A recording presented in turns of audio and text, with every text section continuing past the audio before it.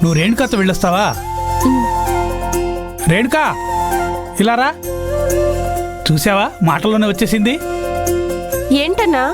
తర్వాత వెళ్ళొచ్చులే అన్నయ్య. అయ్యగారు వెళ్ళిరమ్మన్నప్పుడు వెళ్ళాలంతే. చెప్పన్నా.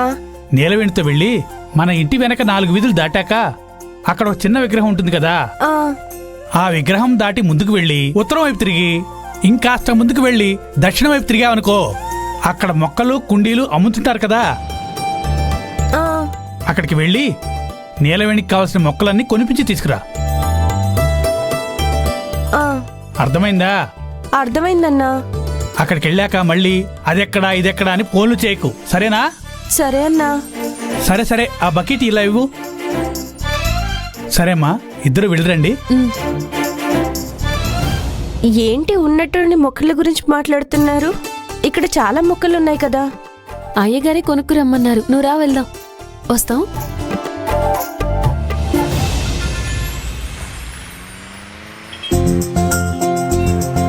పర్వాలేదక్కా, పెద్దయ్య గారు నిన్ను చాలా బాగా చూసుకుంటున్నారు. నిజంగా చాలా గొప్ప విషయం. అవునక్క, ఈ కాలంలో కట్టుకున్న భర్తే పట్టించుకోవట్లేదు.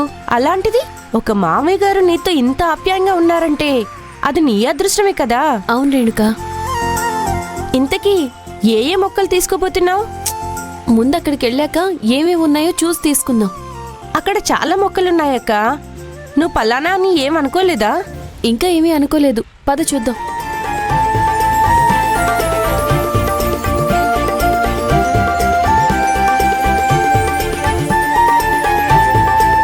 రేణుక, ఇక్కడ చూడు ఎన్ని మొక్కలున్నాయో. అవునక్క. రండమ్మా రండి.